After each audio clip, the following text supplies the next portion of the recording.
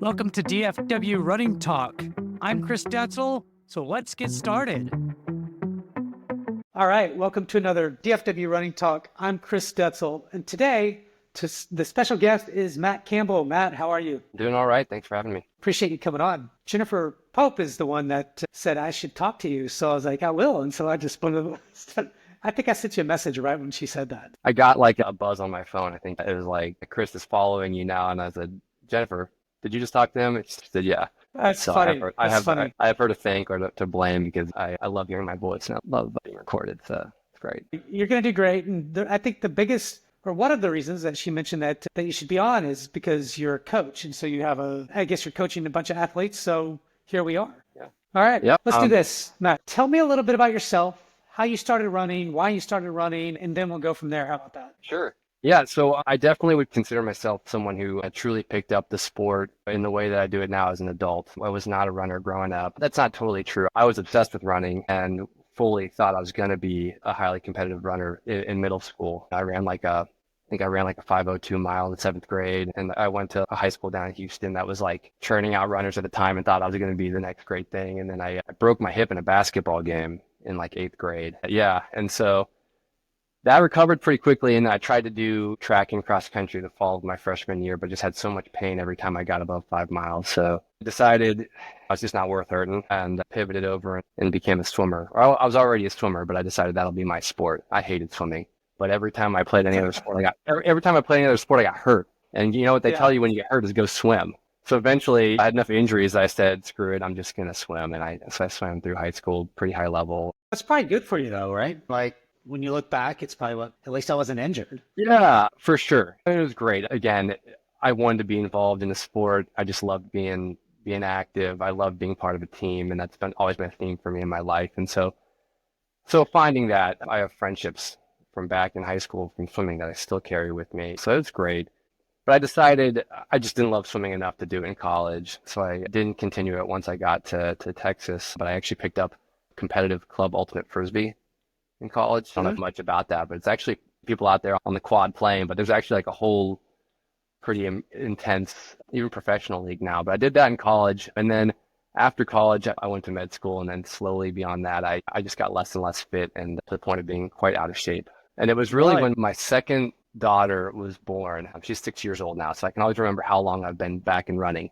My second daughter was born like 6 years. 6 years ago only, yeah. And I was in the midst of a medical fellowship, and it was pretty intense, and just really was unhappy with my health and fitness and decided, you know what? I need to make some changes. So I started running. I was in Houston at the time, and I went out for a run actually to deliver like a birth notification to like a friend that lived 2 miles away. And I'll never forget like running over there, and I show up on their doorstep, and I'm like gasping, like about to puke, seeing stars, running 2 miles. To go back. It was like 8:30. It was like 8:30 pace. I remember this, and I was like dry heaving and rang the doorbell, and like a babysitter shows up. Like they're not even there, and I was like, just trying to catch my breath and explain who I am, right, and that I'm their friend. And eventually, we figured it out, and then I slowly jogged home. But I did that run, and I signed up for a half marathon 2 months later, and it was pretty painful. That doesn't sound smart at all. Yeah, I've done a couple like couch to half to couches at that point, like once every 2 years. Okay. But I finished that half, and I said, what if I just keep running? What if I sign up for another one? That was in March. I signed up for one in the fall in Houston. Hold up real quick. What'd you run your first half marathon? Do you remember the time? That half marathon, I had run like in medical school. I ran like something in the 1:30s. I trained for 10 weeks, and that was pretty good, but I had slowly continued to get more out of shape. So I ran that one in March of 2019, I guess. I ran 1:48. And it was, yeah, so I ran 1:48 then, and I said, let me keep doing this. And that was in March. And by the fall, having run more continuously, I got down and ran a 1:29 and said, hey, I can get pretty good at this. I don't know how good, but I'll keep going. And so I kept sticking with it, kept signing up for races. And then we moved here in the midst of a pandemic in 2020. I came to Dallas, and I'll say that was really an inflection point for me. At that point, I knew I loved running, but I had no concept of what like serious running was. I'd been doing all my runs solo from my house. I didn't really know what a true, I knew what workouts were, but it was just run a little bit faster for a bit and then slow down and recover. But I got here, and it was actually doing a lot of speed work. It was a lot. It was a lot of VO2 max, I feel like. I would sprint until I was like dying and then I would stop. A lot of us do But that. it was actually like in anticipation of moving here, I said, I really want to start connecting with the community. And so I went and looked online at like what are some of the groups, and I saw the White Rock Running Co-op actually. And I followed them on Facebook. And I remember moving here and like really nervously crafting this message to Javier, who I know you've had on a couple times, and said, hey man, I'd like to come out and join the group. Is that cool? And he said, yeah. And I showed up and there was just all these people out there, and all people who running was just like a big part of their life. I did. And Yeah.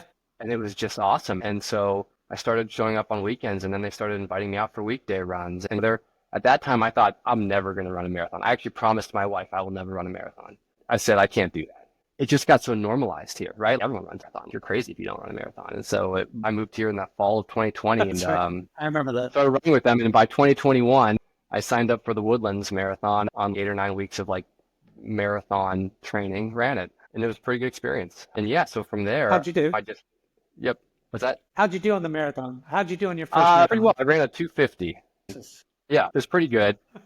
Pretty good. The thing will be like I set high bars and I'm never happy with my result. My friends know like Matt's always grumpy when he finishes races because Matt never is happy with how he does, and I need to get over it, but that's just who I am. But yeah, from that point, I really, like running was going to be part of my life, and and I wanted to run for a long time, but I think I've alluded to, I'm a physician professionally, and I've loved science, and I just really got into trying to understand the science and some of the nuances of endurance training, right? And so started reading about different training philosophies and the different physiologic benefits of all of that. And so this hobby started to meld some of my different interests beyond just running. And so that just started to become this thing. I built a group where we're talking about these different types of things. How do you train? What are the different type of workouts that achieve a certain different benefit? And so I think that's always been a really important part of it, is not just running. I mean, running is therapeutic and healthy and all that, but also like really thinking hard about the why of it all.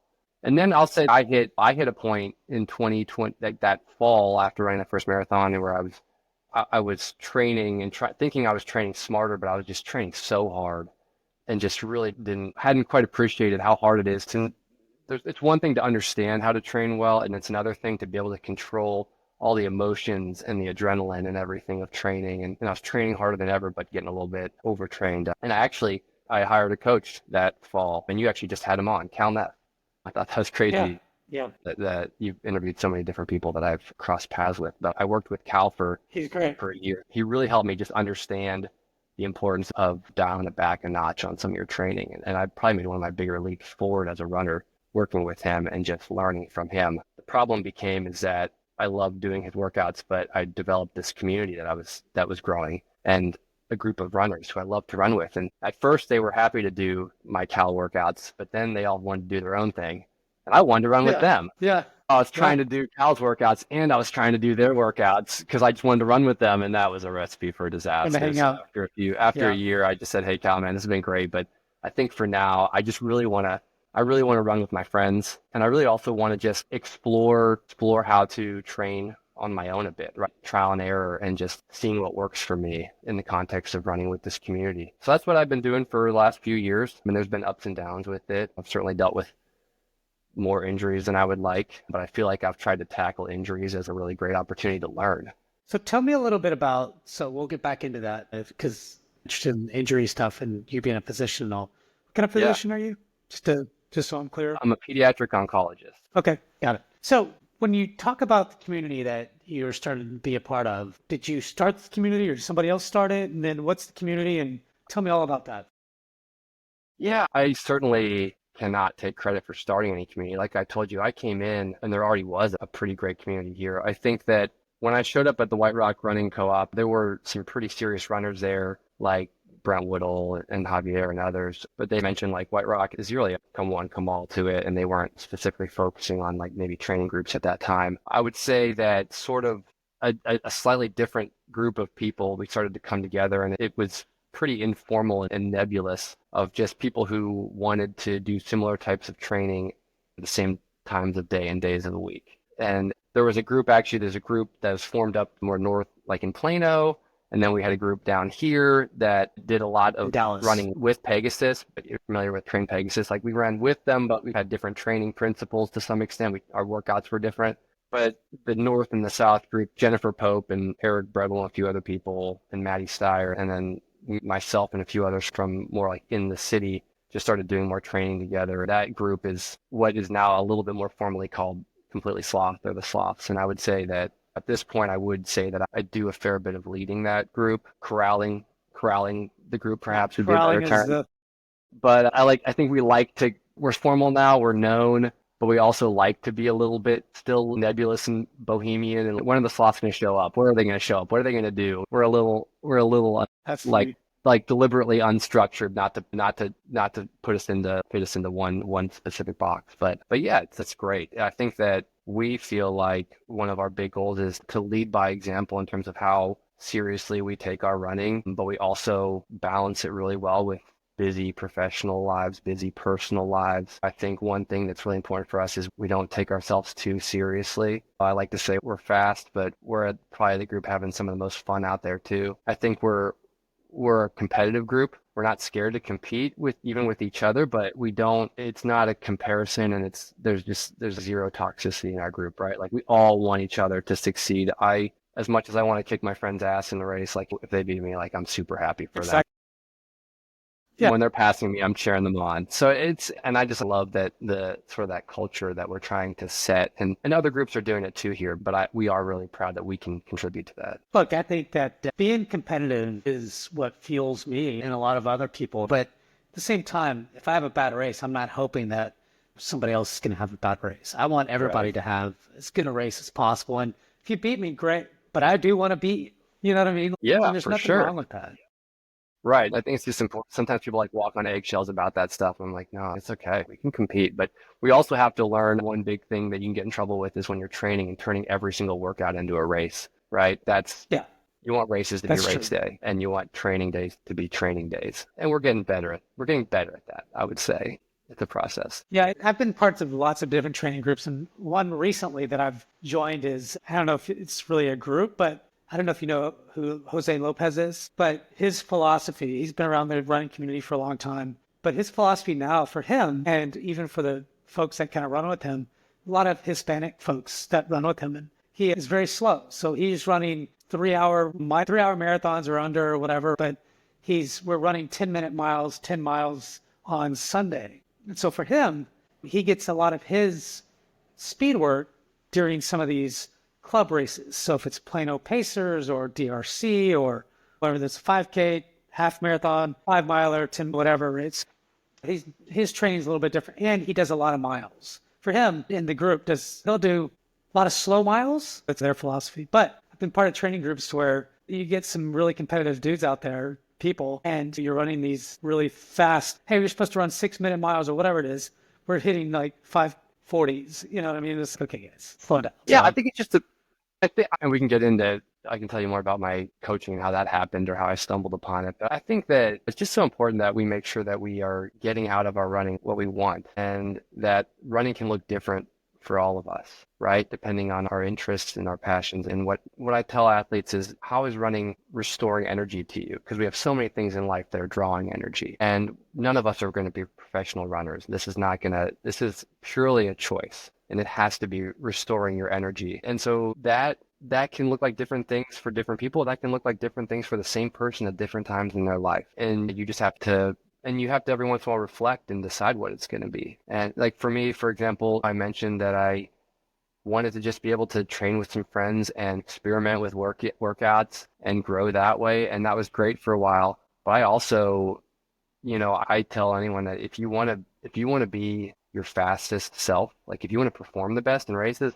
you need to have a good coach. You're going to be faster if you have a coach, because they're going to be this person who is going to bring a wealth of knowledge and perspective, and they're not going to be nearly as emotionally invested as you are in the performance. And they can pull you back and say, look, I know you wanted to race that workout today, but that is not going to benefit you on race day. Like, I know you can run, I know you can do 5:30 miles, but you don't need to do 5:30 miles to hit that goal time in the half marathon in 2 months. Do your 6-minute miles. Yeah. And you're going to be mad that you feel like I'm holding you back, but that's the purpose of this workout. And so if that's super important to you, if hitting PRs and performing your best on race day is important to you, then you should probably consider having a coach. Not everyone needs to be coached. Now, if that's not as important to you, if you just want to run with your group, then and every once in a while you throw down a crazy workout with your group, and that's what's restoring your energy, that's awesome. Agreed. I completely agree with you. I think that if you're trying to hit PRs and things like that, you need a structured workout. And certainly if you can afford a coach, I think getting a coach is going to be extremely beneficial to you, because it's not just about the training plan, but it's like you were saying, hey, let's not do the 5:30s, let's do the 6s. Let's going too fast. You need to do this and do that, and having those conversations with that athlete. So important. So we'll talk about your coaching in a minute, because I'm highly interested in that. But you've run several marathons. Have you run Boston? What is kind of your thinking now, and where are you at today in your running journey for you specifically? I have done Boston once. I did it actually as my second race. I ran that Woodlands Marathon, ran 250, qualified, and signed up for Boston like a week later or whatever, whenever the window was. And it was that weird fall Boston. And I went into it, I was on a super high. I'm getting faster and fitter and great. And I just admittedly had a ton of running hubris. Like I was like, that first marathon went pretty well. I didn't bonk until mile 23. Marathons aren't that hard. And so trained hard all summer. Really, and I had friends who kept telling me, man, like they were like, do not underestimate Boston. They're just like, I know you're getting faster, but sometimes you just have to live it to believe it. And that was easily my worst race. I spent all summer training for Heartbreak Hill. I didn't even make it. I cramped up at like mile 12, and I was running on cramped legs for like 12 miles. So Boston was a humbling experience for me, and I haven't gone back yet, but I've run like 6 more marathons. Because you like, interestingly, I did sign up I signed up this year, and unfortunately, I'm not going to go for some family reasons, and it's like Easter weekend, and we've decided we want to just stay here and not go. I'm going to do just because I want another marathon experience. So I did Houston back in January. How'd you do? And so that was a decent race, but I struggled at the end again, which has been my MO, unfortunately, in marathons. And I feel like it's good to get more than just like once a year under your belt. And so anticipating a fall marathon and a fall marathon build, I wanted to just get another marathon experience on my legs this spring. So I'm doing like the Irving Marathon at the end of March. So I'll do that one. Who knows what the weather will be like. I just did the Cowtown Half like a week ago, so that went all right. I did too. Yep. Yeah. It was a nice day. It was I'd never done the Cowtown before, and that was a tricky little course. Yeah. A lot of turns, and like it rained that night before, so it was really slick. And I don't know. I'm just not maybe I'm just not agile enough, but the turns were really hard for me. Actually, the big hill at mile 9, I actually enjoyed that to some extent. Really? It was actually the turns that were challenging for me. But yeah, and I'll tell you, like in terms of a running journey, so where I am now is after I ran the Dallas half, had a pretty nice half time. I ran the Houston full. I did have a slight PR there, but I'd say relative to what I think that my training has me capable of doing, I've to some extent underperformed. And I think I've sort of said, let's talk about that. And I try to be very transparent, but I've always said out. Yeah. Let's get a little bit more specific. You ran Houston, and what was your PR? And then what were you thinking you can do? Yeah, for sure. So I'd run Houston the previous year, I ran 2:33. And then this year I ran a 2:32:59. That's great. Not a bad time. Really? I think my friends would not disagree in saying if you looked at my training and said, what is this guy capable of running? I should be probably in the teens at this point, but I'm not. And so you can say what your training has you capable of all you want, but unless you do it on race day, then it doesn't matter. Like I said, I am coaching now, and I see the benefits of what I can provide to other athletes in terms of confidence, in terms of preparation, and decided, hey, if I'm going to be serious about my own running, I want to get to that next level, I need to be coached. So I've actually picked up with a coach of my own in the last month.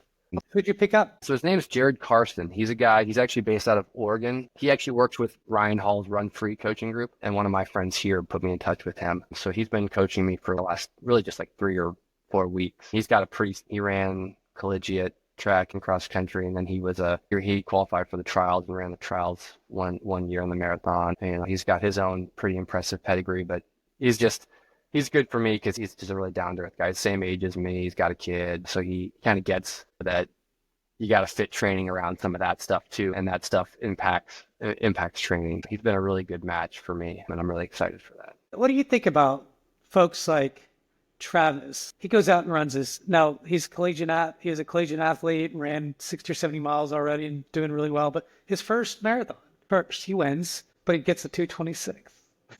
It's I think he's an unbelievable. asshole. I think, come on, man, that's not cool. I remember seeing him. I was out there cheering for him. Like I finished I ran the half, and we were cooling down. And I was standing there, and he's charging up mile 26, and just looked so happy. And I was like, "You jerk, come on!" But I know Travis is wonderful, though. I think that some people. I'll be very honest. I know Travis's training. He and I have done some training together. He's obviously very talented, and he knows how to work hard, and he benefits from having done some collegiate running where he knows how to control effort level pretty well. But I see this from a lot of people who did collegiate running.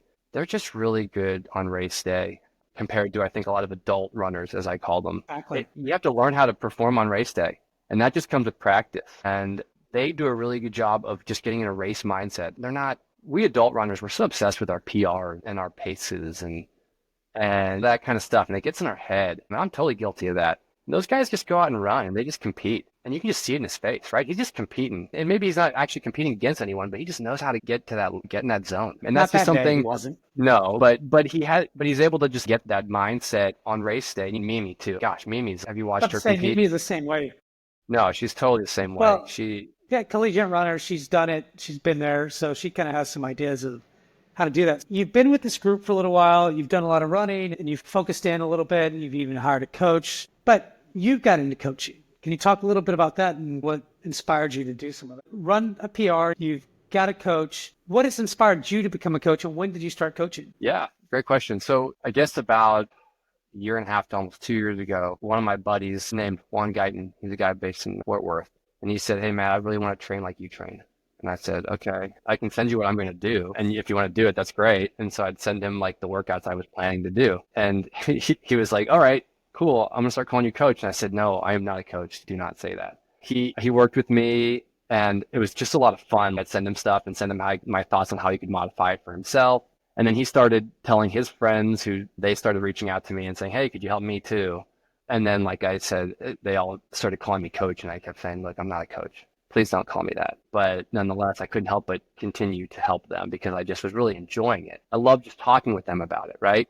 And then some of my friends here started just asking. They heard that I was helping other people. We would just talk a lot on our easy runs about training approaches, training philosophy, and they'd ask me for some advice, and I just couldn't help myself. But even when non-solicited, just butt in and say, "Hey, maybe have you considered this or this type of workout, or do you want to do this?" And eventually I'm helping 4 or 5 people with their training and sending them like Excel spreadsheets with training plans. And I thought, you know what, if I'm going to keep doing this, then I need to formalize it. And for a number of reasons. One is if I truly am going to start considering myself a coach, it's just something I wanted to go about the right way. And so I did like the RRCA coaching certification, which is a great course, by the way. If anyone's interested in becoming a coach, I Googled and looked up a bunch of different options. And that was a 2-day course that was really high yield.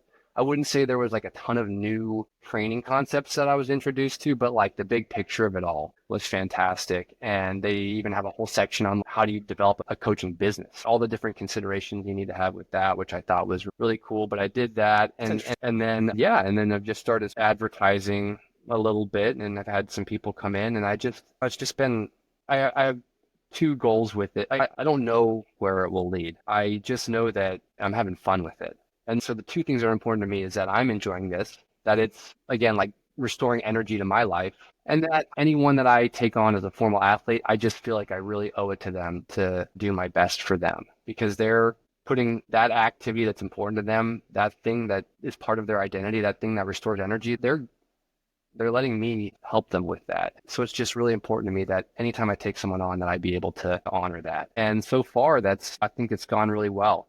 I've been really transparent with athletes that, hey, I'm new at this. I think I can be pretty good at it. I think that a combination of knowledge and just some of my skill set, but I'm going to make mistakes. And there are times where I give, even like a whole group, I'll give them like a workout, and it just doesn't go well, right? Like maybe I just got the pacing goals off or something. And I just say, the guy, that was a bad one. I'm sorry. That was not a good workout. Let's just throw that away. I'll learn from it. I've been really eager, I've been really insistent that my athletes give me feedback. And I say, don't just tell me things are great. Like, I want to know if I'm communicating something poorly, if something's confusing, if you're not enjoying something. I want feedback because when I do something, I want to get, like I said, first off, this is for you guys. And then I want to get better at something if I'm going to do it. Yeah, I think that I guess what I'd say now is like my goals with the coaching. I think I have a good number of athletes, and athletes will probably come and go as their life necessitates. Now I'm glad that I'm hoping that I continue to have a positive influence, not just on my athletes, but on the running scene in general. I think that, a few years ago, there have been good coaches in the area, but I think it's been exciting to see a few of us come on the scene in the last few years and give people different options, because I think different coaches are right for different people, right? We all have different communication styles. We all have different training philosophies. There's different things that are our strengths that we can provide. And so it's great for people to have options. I think it's so great for people to see that they can prioritize themselves. They can take this seriously. And that doesn't detract from other elements of their life. That's going to enhance elements of their life. And so, like, for me, beyond just me enjoying it and helping my individual athletes, I really am hoping to continue to elevate the community, and then trying to add in where we can some community service and outreach now. I feel like somebody like you would do it. Just look, I assume people are paying you to coach right now, since you can formalize that. Yeah. You got to do it for more than just the money on this. You're never going to get rich from coaching unless you just had a bunch of different athletes, a bunch of different coaches under you that coached and you got a percentage or whatever. I'm talking about business now. I'm just curious how you see it in that way. I understand that you're a physician, probably do fine overall. If you want to coach many people, then you got to monetize that a little bit, right? It's your time. Yeah, that was part of why I formalized it was I thought it was important. Yeah, it's your time, right? And so you do need to make sure that you value your time and that other people value your time, and payment's the best way to do that, I guess. I also didn't want to totally disrupt the coaching. Yes, you're right. Like this is far from my full-time job, and I don't necessarily feel like I absolutely need the cash, but I can't be offering. You don't want to disrupt the coaching market by saying, hey, I'll just coach you for free. It was tricky at first, to be honest with you, Chris. Like, a lot of my athletes either already were or were becoming my good friends. And I'm like, hey, can you like Venmo me now to keep doing it? It's a little awkward, not gonna lie. After a few months, it's fine. And I feel much more comfortable with it than I did. Coaching and having a coaching business costs money. The certification costs money. Having coaching insurance, which is something you need to have, costs money. Forming an LLC and all the different fees. It was expensive. So actually, like, I feel like the first few months were just recouping losses. I did not make money on this in 2024, getting everything set up. So like that too was an important part of it. Yeah, I could see how. I applaud you for doing that. I think you should. Yeah, and I think that, I don't know, this is probably something that the generation before us didn't really do, but I think like side hustles are like such an energizing part of our life, and you shouldn't be bashful about. Why do you think I do this? Monetizing it. Yeah, no, it's great. I love this. I think, and I'm so excited for what you're doing. Like I said, I feel like everyone talks all about the Austin running scene and how amazing it is and all the different clubs, and that's great. And coming from Houston, I know there were some big Houston clubs, and I feel like sometimes Dallas is forgotten and all of that. And I just am so excited for people to find different ways to show, man, we have a lot of runners here and a lot of interesting people in our community. And Dallas is a great place to run. Yeah. 100%.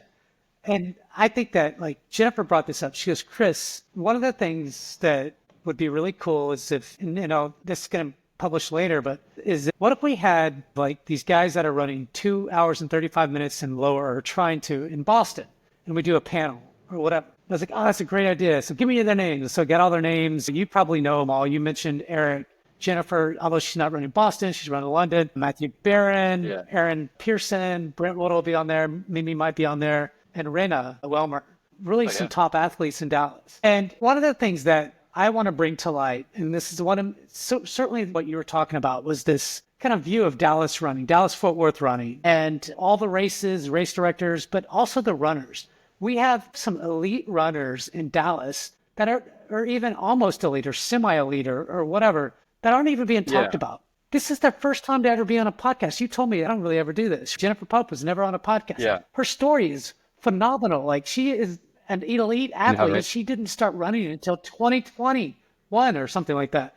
Oh my God, Mimi and Travis and you and Eric, you guys are doing some really fast guys and people. And I want to bring that to light. And it hasn't been a problem getting you guys on, but I think people want to talk about it. Yeah, I think it's great. And I think that when you do this, I think it's so important to just get to know the people and demystify it a little bit and just bring more awareness. I think that together, I talk a lot with one of our friends is Jessica Dees, and she's somebody who moved here from Austin a few years ago. So she's really been plugged in with that group. She's a super fast runner. She isn't training too competitively right now, but she's like around a 2:32 or 2:33 marathon. And she was a Texas runner.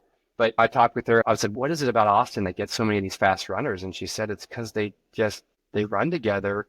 And once they do it, and once one person does it, and they all are there together, they start to believe they can do it. And you can see that happen here. I know when I first got here, the idea of running a sub 240 was like pretty rarefied air. People were like, wow, who does that? There was Woodle, but everyone said Woodle's like a unicorn. But the rest of us, we could only dream to run sub 240. To some extent, I felt like a little self-conscious of setting a goal to run sub 240. But I was like, why can't I? And now I've done it like Exactly. 5 times. And now I want to go sub 230. And it's maybe an ambitious goal, but I believe like it's important for me as a personal goal. But I'm excited because I know that if I can do that, like I have a whole group here. And suddenly that becomes a very attainable goal for these people that we all train with together. If I can get under 230, then they can get under 230. And then suddenly we don't just have a bunch of 230s guys. You're hosting a bunch of 220s guys on your podcast. And so Yeah. I mean, that is a really important thing for me is showing that we can do this too here. Exactly. I like what you said about, hey, if now we can think about doing under a 230 and you actually do it or somebody does it, then all of a sudden everybody's going to do it. It's kind of these world marathon elite runners hitting these crazy times that you don't think can be hit. But all of a sudden their peers are doing it and then they start doing it. You know what I mean? And so all it has to happen is once or twice, and it's going to happen. It's funny. The other thing you said, Britt Whittle was the only guy that did it. You had, what's the name do it before him? Logan Sherman. But it was a very rare thing. But now a lot of people are running into the twos. And I wanted to talk to you guys. I was like, who is it? I don't know. And then here you guys are, the Sloth group. Yeah, exactly. I think that's the point is what we're trying to do is really consolidate that talent and consolidate that speed. To your point, there was Logan, and then there's Joe Hale, and then Woodle's actually starting to run with us more now. I got him to wear a sloth kit for the Cowtown Marathon, so that was a small success of mine. But yeah, the idea is just that if we can get enough people together, and like you said, seeing is believing. You just got to see one person do it, and you know that you are just like them. There's no reason you can't do it too, and the doubt goes away, right? That's what I deal with right now in my marathons, man. I feel great. And then suddenly I start to feel just a little bit not great, and I can't quiet the doubt. And that's what I got to work on. Probably one of the biggest things I have to work on for my personal performance is the mental game. I just bought Steve Magnus's book on Win the Inside Game that I'm excited to work through because his stuff is great. But I think a big part of that is having a team. I don't know if you follow him on like X or Instagram or anything, but he talked about how they've done studies that show that if you like are facing an uphill alone versus with a friend, your perception of that difficulty changes. And I think that's like pretty poignant. I like that, man. But Matt, this was a great story. Love what you're doing. And we'll have to do this again. Thank you, everyone, for tuning in to another DFW Running Talk. I'm Chris Detzel. Don't forget to rate and review us and follow us on Instagram and all the other places that we're at, YouTube and stuff like that. So thanks, everyone. Take care.